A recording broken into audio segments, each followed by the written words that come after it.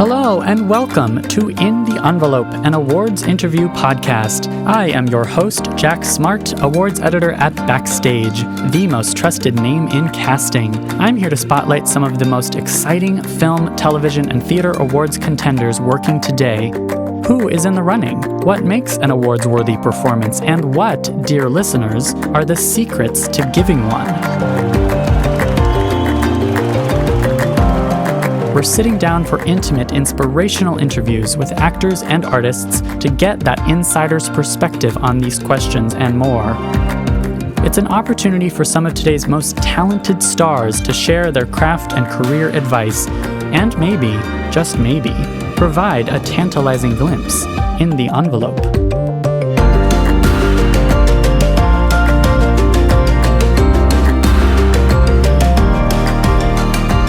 I believe in our resilience and our beauty and all the things that we're capable of that is so moving. It just makes me cry tears. There's so many cool, wonderful things about us despite all the bullshit things. It has value to me, whether it's through music or song, but primarily it's all storytelling. I put that all in the funnel of telling a story. I like highlighting as many different parts of the infinite palette of colors that make the human experience up.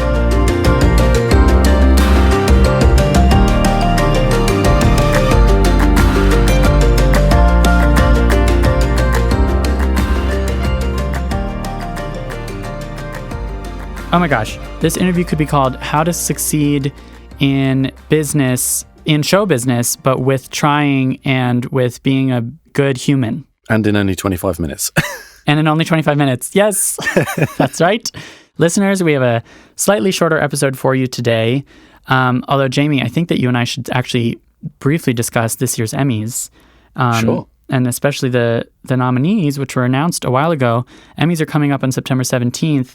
And many of our podcast guests were nominated. Yes. Congratulations. Thanks to us, of course. Definitely because of us. We had, from this past season, so interviews from this year, Pamela Adlon, Edgar Ramirez, who stars on The Assassination of Gianni Versace with today's guest, Darren Criss. We had Evan Rachel Wood from Westworld. We had Henry Winkler from Barry. We had Brandon Victor Dixon from Jesus Christ Superstar Live in Concert, and we had Milo Ventimiglia from This Is Us. Those were the six, but this podcast, we have an excellent track record, because if we go back to last year, we also have Elizabeth Moss. We also have Jeffrey Wright. We have Judith Light and Regina King, although we interviewed them for different projects. The list goes on and on. Yeah, I can't take much credit for that, seeing as that's your responsibility, but I'll take the credit. You deserve all the credit. You deserve all the credit for this. Okay, I'll take that. Yeah. Right. The Emmys are happening. This year is really exciting. I feel like this is an interesting year in terms of there's a couple races that were set up last year. Handmaids was new last year. Last year we interviewed Ann Dowd before she went on to win her Emmy. She's nominated again this year. Is she going to win again? But she's up against two of her Handmaid's co-stars. Is Elizabeth going to win again? Is Sterling going to win again? Is Donald Glover for Atlanta going to win again? I don't know. There's a couple new comedies. This year is notable because Game of Thrones is back in the race after not being in the race. And we have Marvelous Mrs. Maisel on Amazon kind of getting a ton of nominations. And we have no Veep this year. Right. So there's a couple shakings up. Julia Louis-Dreyfus had won the leading actress comedy category, 6 years in a row? Right, yeah, exactly. It was getting a bit boring after. It was getting a bit boring, maybe even she would admit. And so now someone else can win. Yeah. And in fact, Pamela Adlon and Tracy Ellis Ross, who have both joined us on this podcast, they're both nominated, which is exciting. Either of them would be fantastic and so fantastic. Oh my God, I forgot Allison Janney. Also, Allison Janney, also nominated in that category. We can totally count Allison Janney, even though we mostly talked to her about I, Tonya. And Tatiana Maslany. We should just mention everyone. It's really been a lot of people. Okay, so you said the previous guest was your favorite. One of your favorites. One of my favorites is Tatiana Maslany. And I know this episode isn't about her, but she was just so nice and so down to earth. But I don't want to get too sidetracked, but I was just a massive fan of that. Absolutely. And we interviewed her about her final season on Orphan Black, which that is what she's nominated for. It's a shame that she's not going to be on TV for that anymore. That was such an amazing performance. Right, I know. She's in the theater now, right? She's in the theater. She's on the movie screen. She's taking off. I suppose she could win. She's up against Elizabeth Moss, also friend of the show, also friend of the podcast. We're taking over, Jamie. We're taking over Hollywood. This is great. This is great. And that brings me back to how to succeed in business, sort of. Yes. Darren Criss is today's guest, and we didn't get to talk about his appearances on Broadway, but we covered his other stuff, which is like he is a musician. He got his start in a college musical parody of Harry Potter called A Harry Potter Musical. And of all things, like that got him his viral breakthrough way before viral breakthroughs were a thing. Yeah. And he definitely became well-known on Glee because he came in the second season on Glee and kind of proceeded to wow people with his sheer charisma. We're talking about someone with a lot of charisma, and I can attest to this now in person. He literally just walked out of the studio, and I'm still startled by his beautiful eyeballs. Yeah, sadly I wasn't there to appreciate the beautiful eyeballs, but...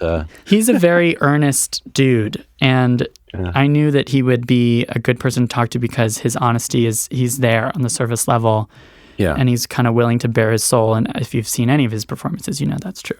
Yeah, definitely throwing himself into any role and going at that with gusto. And I really loved the way he ended this interview by kind of summing up his artistic mission or artistic credo, which has a lot to do with like loving the human race. I love that. It's interesting to hear from all these different actors, you know, what they consider the role of an actor to be or the job of an actor to be.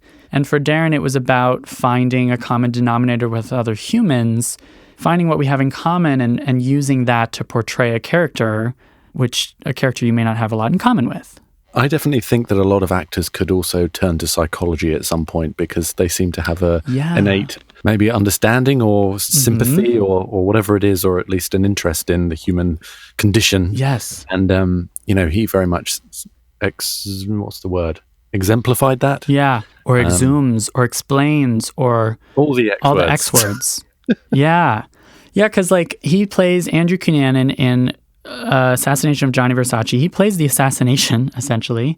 Yeah. He plays a serial killer. So that as an interviewer, my default almost go-to question would be like, so how do you play a sociopath? Or like, what is a sociopath? Or like, that's where you're talking about the psychology.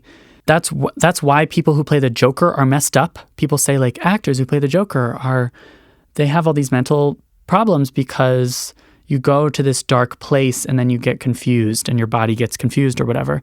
And we didn't get into that because for him, it's about finding what you have in common with this character and using that, even if the character does unspeakable things. And what an incredibly meaty role to be given. Oh, yeah. I mean, that's a dream role for so many people. And Ryan Murphy even said to Backstage, in Darren Criss's cover story, Ryan Murphy told us like this is it. This is the role that people are going to be talking about this season. This is a huge role for an actor, and it's very much a role that he wanted Darren to play.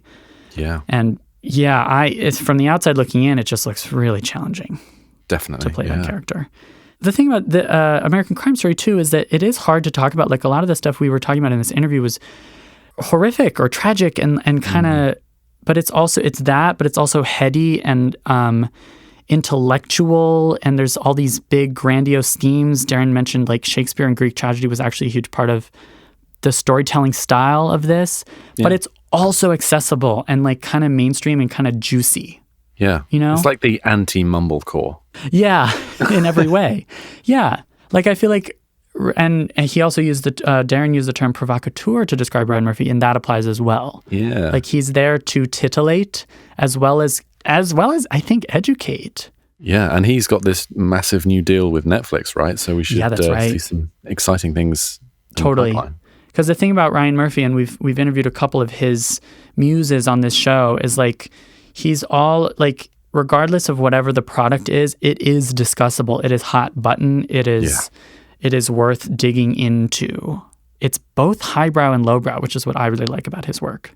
And Darren, I think, encapsulated that pretty well in this performance. Yeah. Because like Darren, Andrew Cunanan, at least as portrayed in this miniseries, is also a charming guy and is also a guy full of hope and full of, at one point, a lot of potential. And it's a big tragic. This is actually an interesting note for us to end on for our podcast. like Darren Criss was super lovely, and this is an upbeat interview, but like we are talking about a serial killer for most of it. So So like on that note, good luck at the Emmys, everyone. Like this is sort of how we're ending the season. Yes, this seems perfect to me. Kasey Howe would love that aspect of it. This episode is partly for her because she loves all things serial killers and all things murdery. Well, this one's for you, Kasey. That's right. Kasey, if you're listening, and I hope you are, this one's for you. All right, should we get to our interview with the lovely Darren Criss? Let's do it. Hello, this is Jamie, producer of In the Envelope, and I want to tell you about our sister podcast, VO School. If you're interested in becoming a voice actor, this is the podcast that will give you a comprehensive introduction to everything you need to know. It's hosted by me, but don't let that put you off. I interview some of the biggest names in voiceover to find out step by step what you need to know and discover the secrets to a successful and sustainable career.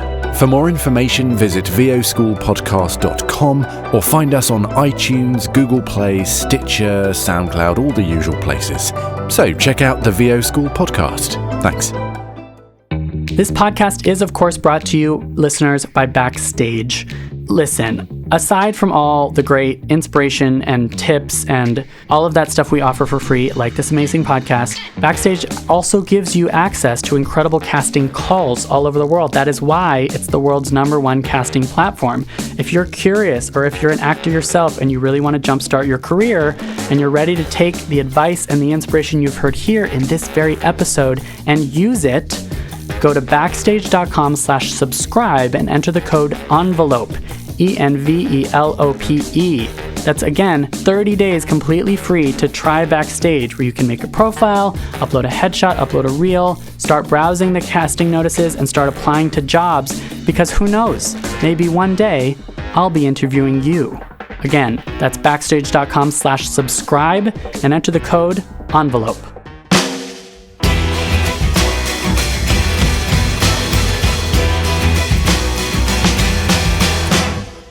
Bursting onto the scene as first Harry Potter in a parody musical and now Emmy-nominated for playing a serial killer, Darren Criss is the star of the Assassination of Gianni Versace, the second season of Ryan Murphy's anthologized FX series American Crime Story. As Andrew Cunanan, a gay man who murdered at least 5 people, including fashion designer Gianni Versace in the 90s, Darren dug deep into the darkest parts of his own humanity. He's also stolen the show on Fox's musical hit Glee, where he once scored a songwriting Emmy nod. Here it is, our interview with the amazing Darren Criss.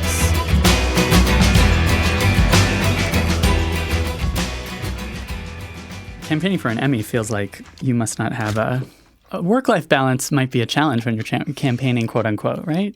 But I don't really feel like we're campaigning. Like there's nothing. Oh, good.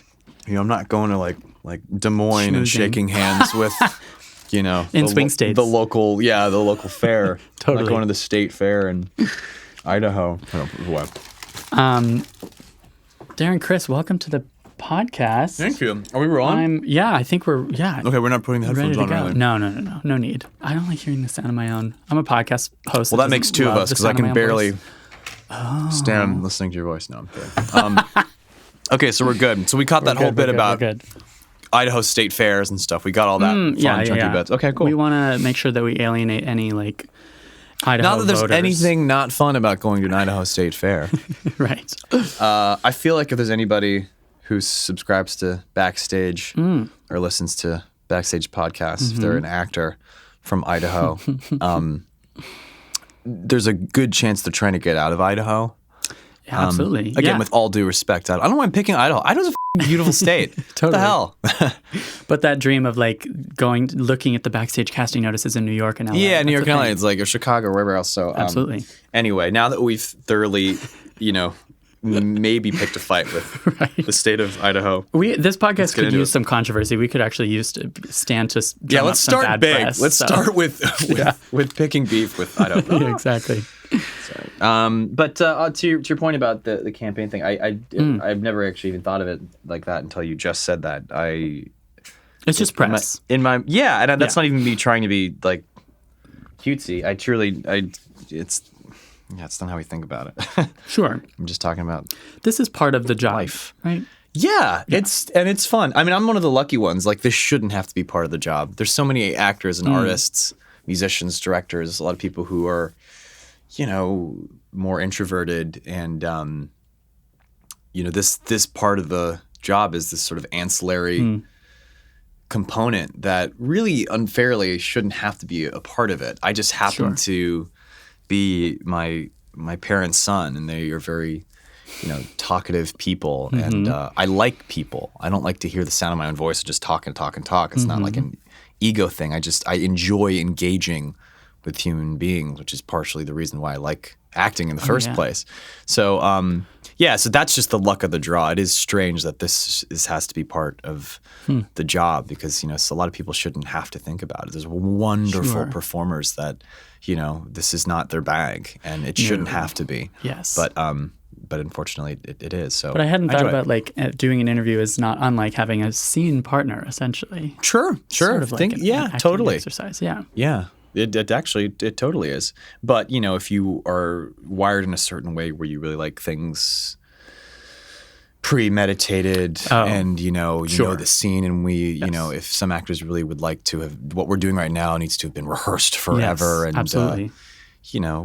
While there is room for spontaneity, that margin is small. I mean, look, everyone's different, so that's why again I completely lucked out that this is something I do genuinely enjoy. And also, I'm lucky that, we'll get to it, but it has to do with, projects or things that I've done that I do find endlessly fascinating. And objectively, if I wasn't involved with them, I love talking about. Oh my gosh.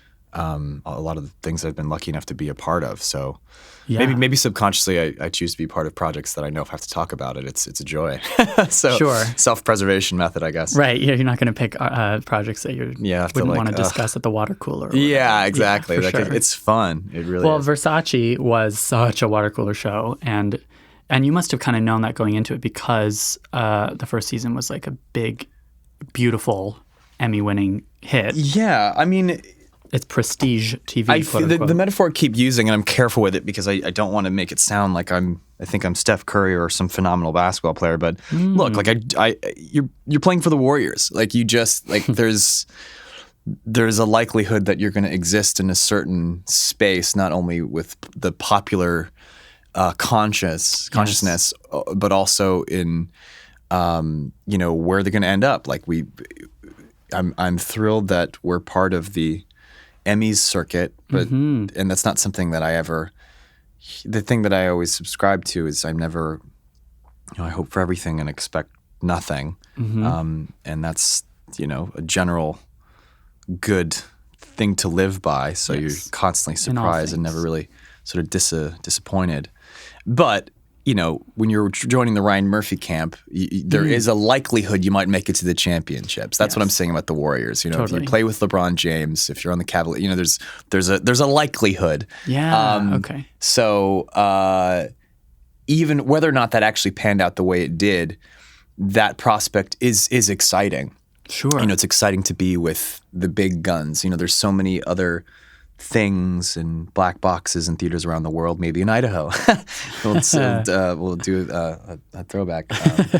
But there are places everywhere where wonderful people are doing phenomenal work, and there's an alchemy of zeitgeist and timing and exposure that isn't always on your side. That absolutely, especially in television, where there's an incredible oversaturation of content, and there are so many great things and so many wonderful people getting great opportunities. But again, to go back to the Warriors metaphor with Ryan Murphy, he has this cachet that people will watch and talk about this stuff, and it's going to be discussable. And it's not about my ego of like, oh, good, like someone's going to watch my stuff. More about like, look, this has value, and this will be experienced. Like hopefully the passion and excitement that I have, there's a better chance of that being matched by the people experiencing it. Absolutely. And so that's a great comfort jumping into something. Being the second season of a show that had a lot of, had a huge wingspan. It's encouraging when you go into the second season, but also the story itself, especially to a lot of the theater nerds or culture vultures listening. It is an incredibly sexy story. There is a sex appeal to it. It involves all the great ingredients of classic opera and Shakespeare and Greek tragedies. It's murder and it's sex and it's glamour and it's these gargantuan falls from grace and these huge, larger-than-life characters. I mean, Andrew himself is like this Shakespearean character that has this massive breadth of existence on the human experience spectrum. That there's something that felt very Greek and Shakespearean about the whole thing. So that's so cool. All the real. I mean, people forget because they're old and classic. I'm using quote fingers, but the best operas are about fucking horrible thing like rape and murder and incest and all these really like the kind of stuff Ryan Murphy really loves. And not only Ryan Murphy, because he loves putting that stuff to the public in some sort of accessible way. We are, we have perverse interests. These titillate the curiosities of the masses. These are all things that we want to know about. And the best part and the defining difference between said Greek tragedies and Shakespearean dramas is that this is a real story. Yeah. Those are, classic myths and things that we've sort of fabricated.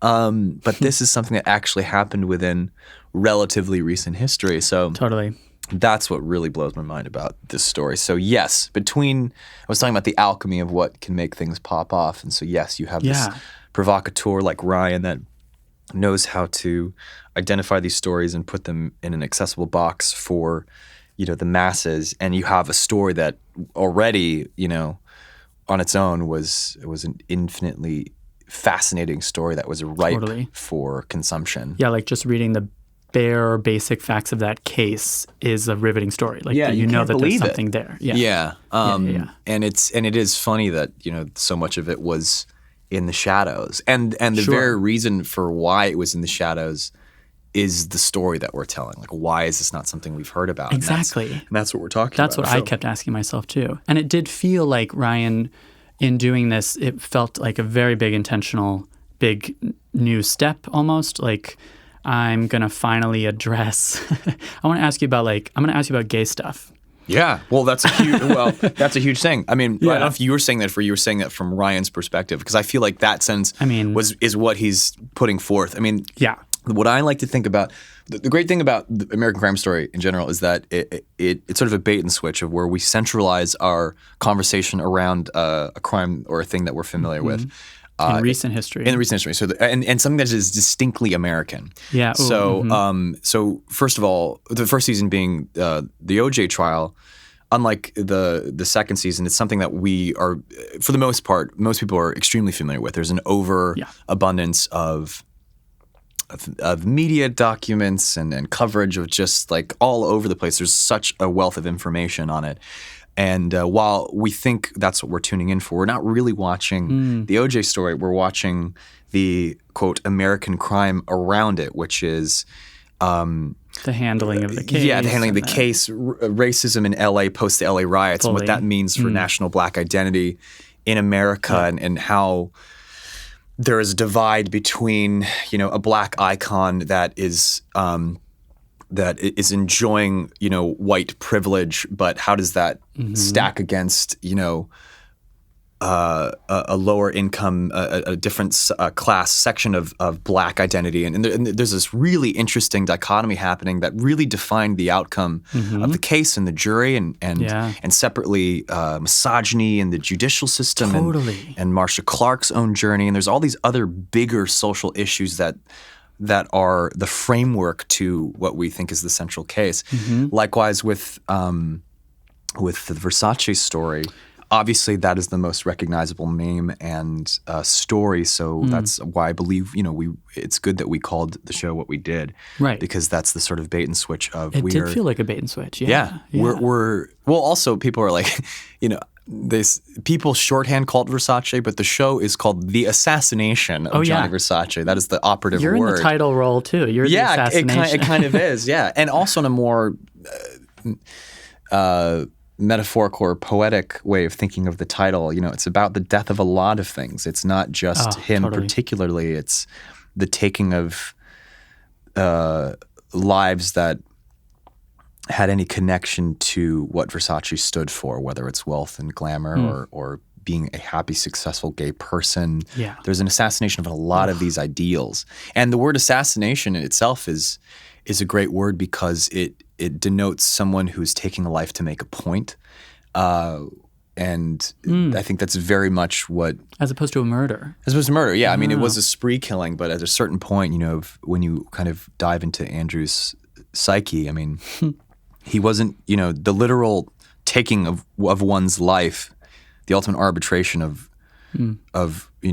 controlling somebody is sort of guided by him taking not only their literal life, but the lifestyle and what they stand for, be it wealth, success, love, happiness. He's taking these things away from them. They're shaming them and taking their closetedness away.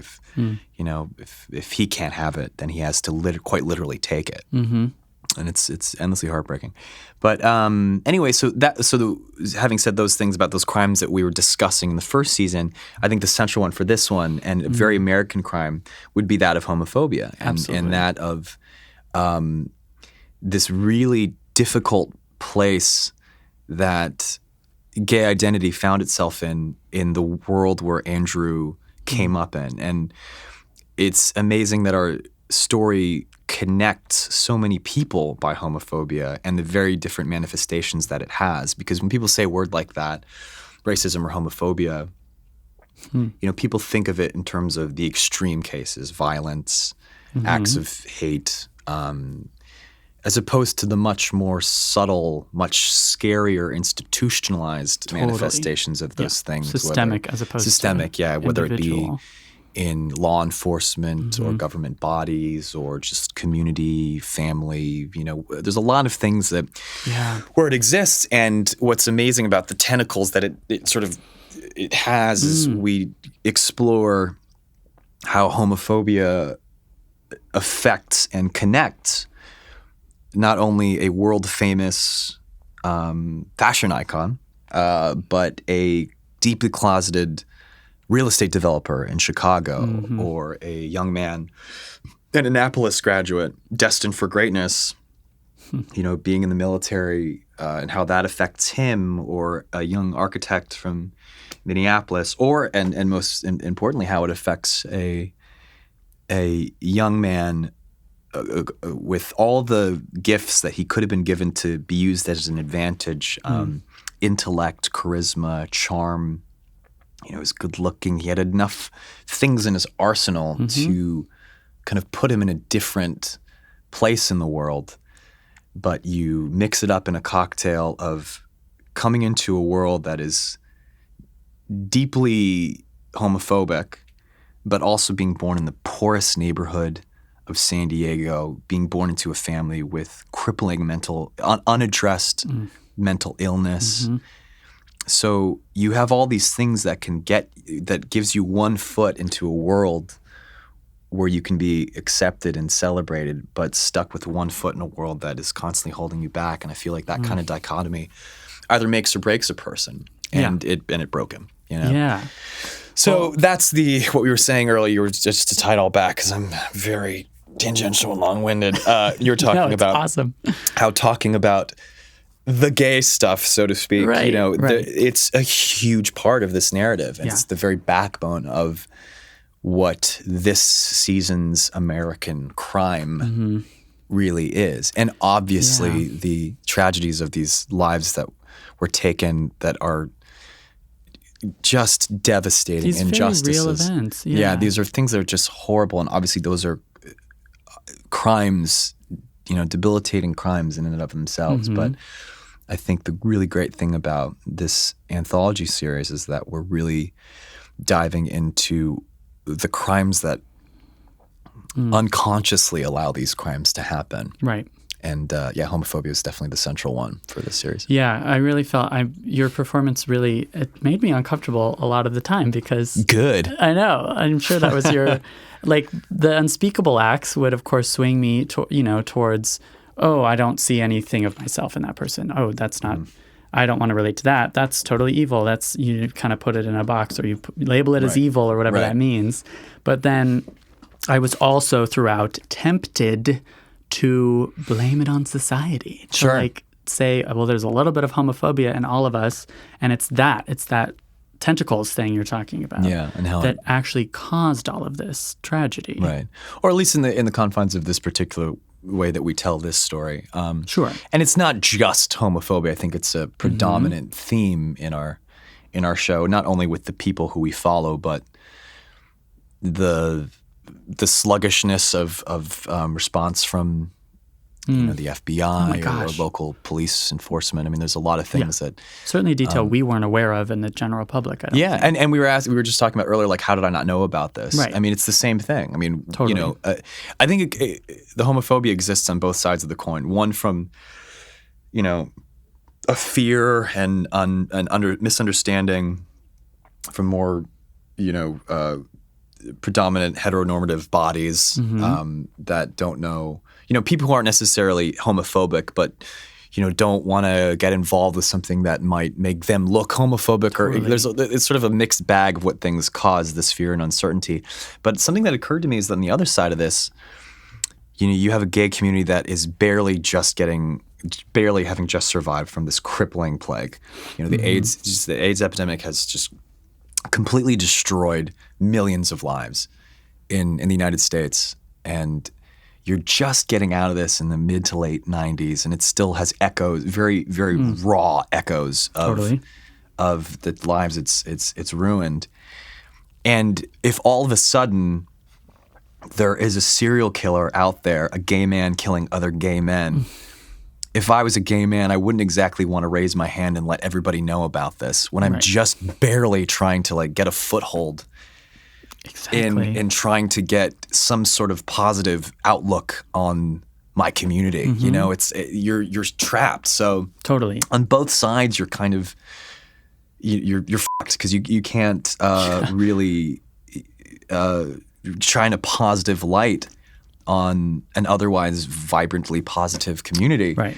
So that's another reason. So in that in and of itself is sort of this unfortunate homophobia. So I think that's why we didn't. That's why we didn't hear about it. When we have, Maureen Orth, who wrote the book that our series is based off of. There's an article that birthed the book that she wrote for Vanity Fair, which was a whole piece that was written, I want to say 2 months before Versace was killed. Oh.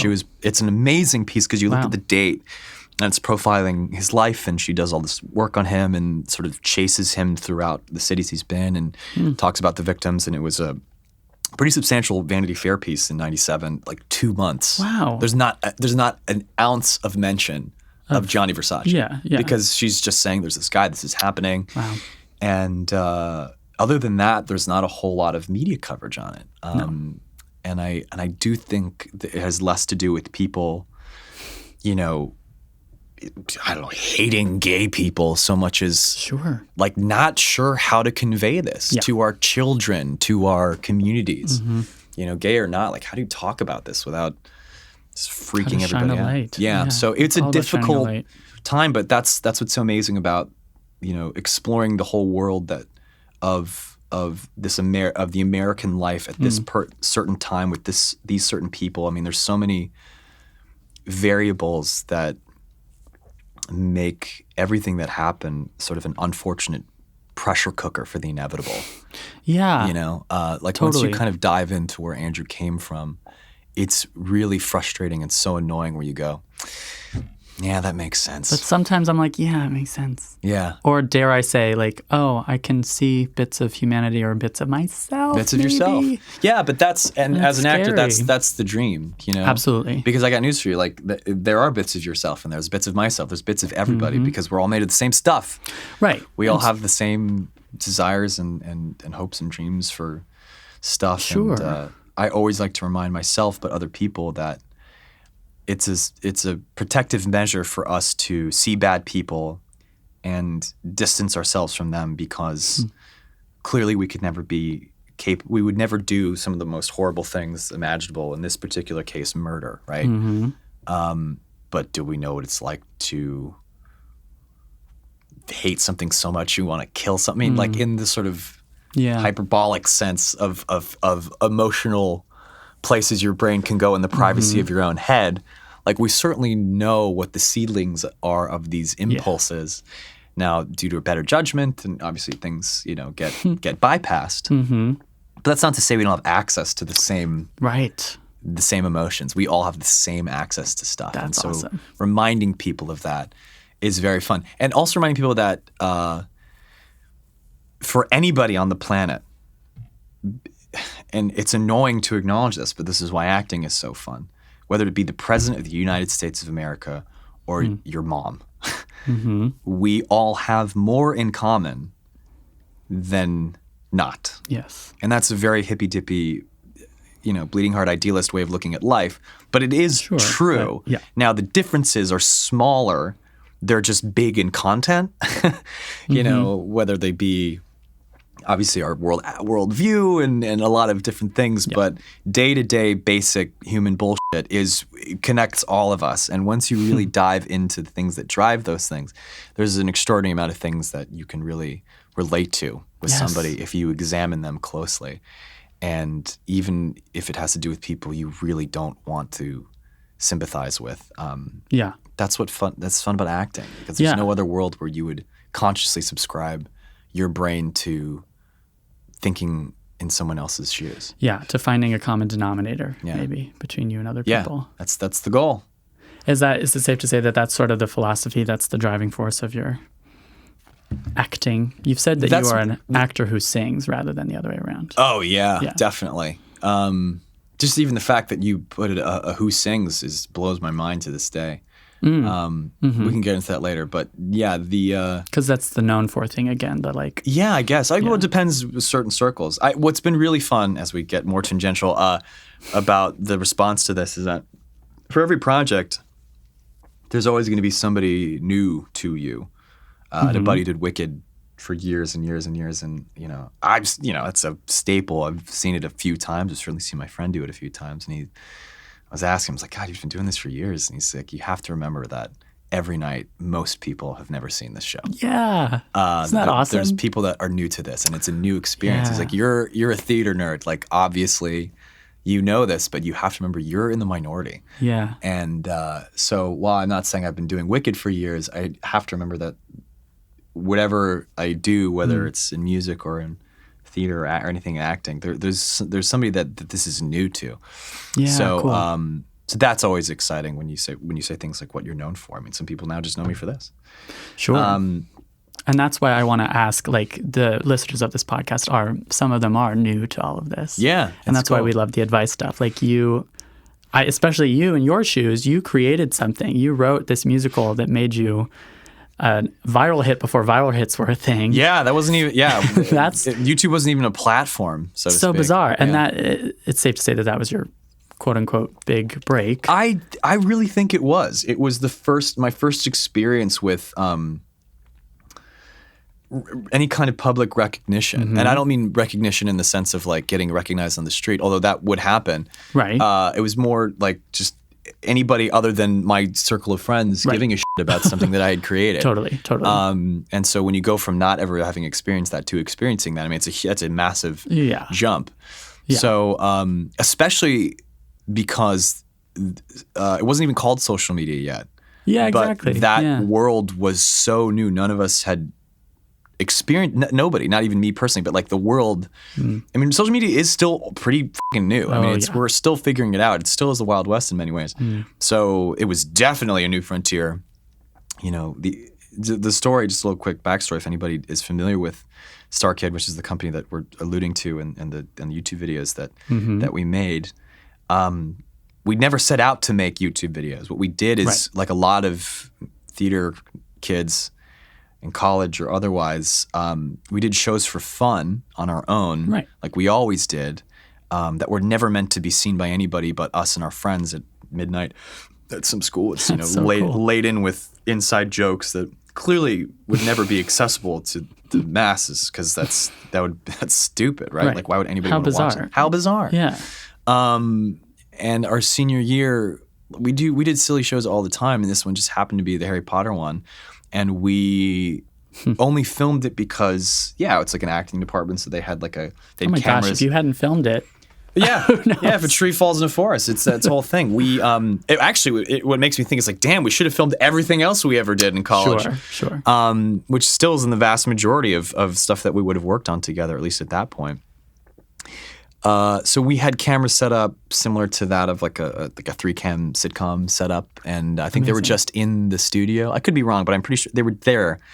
And when we filmed it, I think it was just kind of for us. There was, again, YouTube wasn't the platform. There was never like a rollout plan. We just did it. And so what happened was we had the footage edited because it was fun. The guys who wrote the show, they like making content. And by the time we're living in LA, people are living in LA or Chicago or New York, people have all moved out and hit the real world. Instead of, because we made a DVD of it for our own sake, because that's what we did for fun. Instead of, because it's expensive to like go buy them and then print them and then get everyone's address and send them hard copy, we figured, why don't we just put it on that new site YouTube and cut it up into parts because you had to. Yeah, that's right. And we'll just send the link to our friends so they can, hey guys, miss you. Are we getting this? I think we gotta go. Really? I think we gotta go soon. Oh no! I'm just talking forever. No, it's good. I enjoy talking about this so much. This is all good though, because this is advice for actors who want to do this. So I'll try and wrap it up. So we sent it out to everybody, and forgetting that it was completely public, and so it was never meant to be like this statement or anything. And it was terrifying because then you have all these people from all over the world watching your stuff, and you're like, God, if I knew some dude in Australia was going to watch this, you would have polished it more. We would have tried to edit it and color correct That's what it. People say, and the sound is garbage. It's like we didn't intend for anybody to watch this stuff. But ironically, I think that's what people gravitated towards. I think they enjoyed the scrappiness of it. The authenticity. Yeah, there's sort of an unbridled authenticity to it, much to my own chagrin. So maybe don't polish your work too much. Just good advice. I think the advice is just to make shit.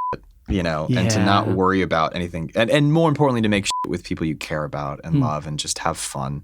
That's a very broad, happy-go-lucky piece of advice because obviously— Those are our favorite kinds of pieces of advice. Well, good. I mean, look, we lucked out, but it was never part of the plan. Like, I think the rule is you can't make a viral video. No one can make one. It has— you can't put the lightning in the bottle. Yeah. There's no science. If there was a science, we'd all be crushing it. Yeah, it's a weird, contradiction. That's what happened with that, and that just was a result of having fun. But, now that it is a platform for people, I would encourage people to make shit because it's so easy and the overhead is so low and you can just do stuff and, 80% of it is just showing up and doing the thing. So— brilliant. Yeah, that's the brilliant thing. I like what you said about common denominators. I'll just wrap this up with saying, that's my general ethos in storytelling and life and everything. Like I'm such a fan of the human race, despite all our dumb bullshit. Like I love human beings.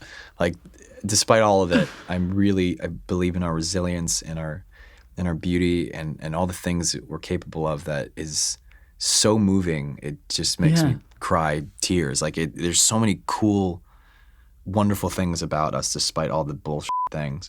That it's important to me in my career. Like it's value to me, whether it's through music or song or but primarily it's all storytelling. Like I put that all in the funnel of telling a story. Yeah. I like highlighting as many different parts of the infinite palette of colors that make us up, that make the human experience up. And so if my paintbrush can illustrate and use as many of those as possible to help people find as many common denominators, not only between whatever story they're watching, but with each other, that gives me, that's my plight, is to just to connect as many human beings together as possible.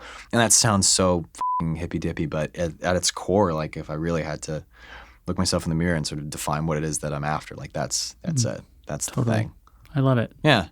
That was a brilliant, that is the attitude that is necessary of any, not just actor or storyteller, Yeah. And a human. And it doesn't matter what the project is, because you can be doing something that's like goofball, silly comedic. There is value in all the different things. Like even if it's not, something as that has all this gravitas as American Crime Story. There is value in all forms of storytelling, whether you're in a tiny little theater doing something silly with your friends or doing something as widely exposed as that show. I mean, they all can connect lives together, and whether it's 5 people or 5,000, it all has the same currency. Beautiful. Yeah. Beautiful. Darren, thank you. Thank you. This is great. I'll get off my little poetic soapbox and go back to my New York. I love the soapbox. That's what we want. Thanks for having me, man.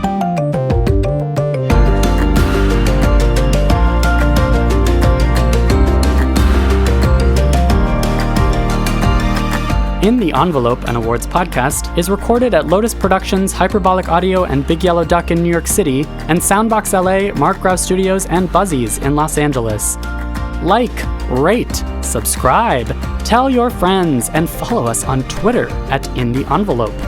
Thanks as always to producer, editor, and all-around podcast extraordinaire Jamie Muffett, and thank you to the team at Backstage, the most trusted name in casting. That's Peter Rappaport, Rawaan Alkhatib, Francis Ramos, Caitlin Watkins, Lauren Routt, Mark Stinson, and especially Kasey Howe. For more awards and industry coverage, head over to Backstage.com. Thank you for listening. Tune in next time for another glimpse in the Envelope.